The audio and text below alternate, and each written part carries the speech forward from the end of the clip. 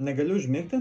Štai 3 triukai, kuriuos gali padaryti tiesiog lovoje ir pagaliau užmigsi. Pirmasis – klasikinis metodas. Jis vadinamas progresyvia raumenų relaksacija. Tai paprasta technika, įtempk raumenis kiek tik gali, o tada atpalaiduok. Pradėk nuo krūtinės raumenų, įtempk juos 2-3 sekundės. Tada pereik prie rankų raumenų, irgi įtempk juos 2-3 sekundės. Toliau po truputį pereik prie kojų raumenų, o pabaigoje įtempk visus kūno raumenis iš karto. Kūnas bus atsipalaidavęs ir pasiruošęs miegui. Antrasis – tempimo pratimai. Tempimas yra greitas ir paprastas būdas suaktyvinti parasimpatinę nervų sistemą, kuri atsakinga už atsipalaidavimą.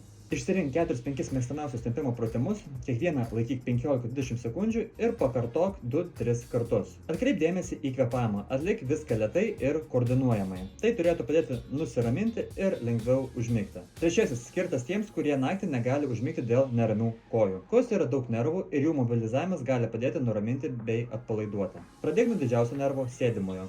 Abiem rankomis prilaikyk koją už šlaunies, pėdą laikyk nukreiptą į save ir lėtai tiesk kelį, kol pajusi lengvą tempimą kojos gale. Pakartok 15 kartų kiekvienai kojai. Tuomet gali atlikti panašų tempimą priekinės šlaunies nervui. Atsigulk ant pilvo, sulenk koją per kelį ir kelk pėdą link lubų. Pakartok po 15 kartų kiekvienai kojai. Tikėtina, kad bent vienas iš šių triukų padės šį vakarą ramiai užmigti.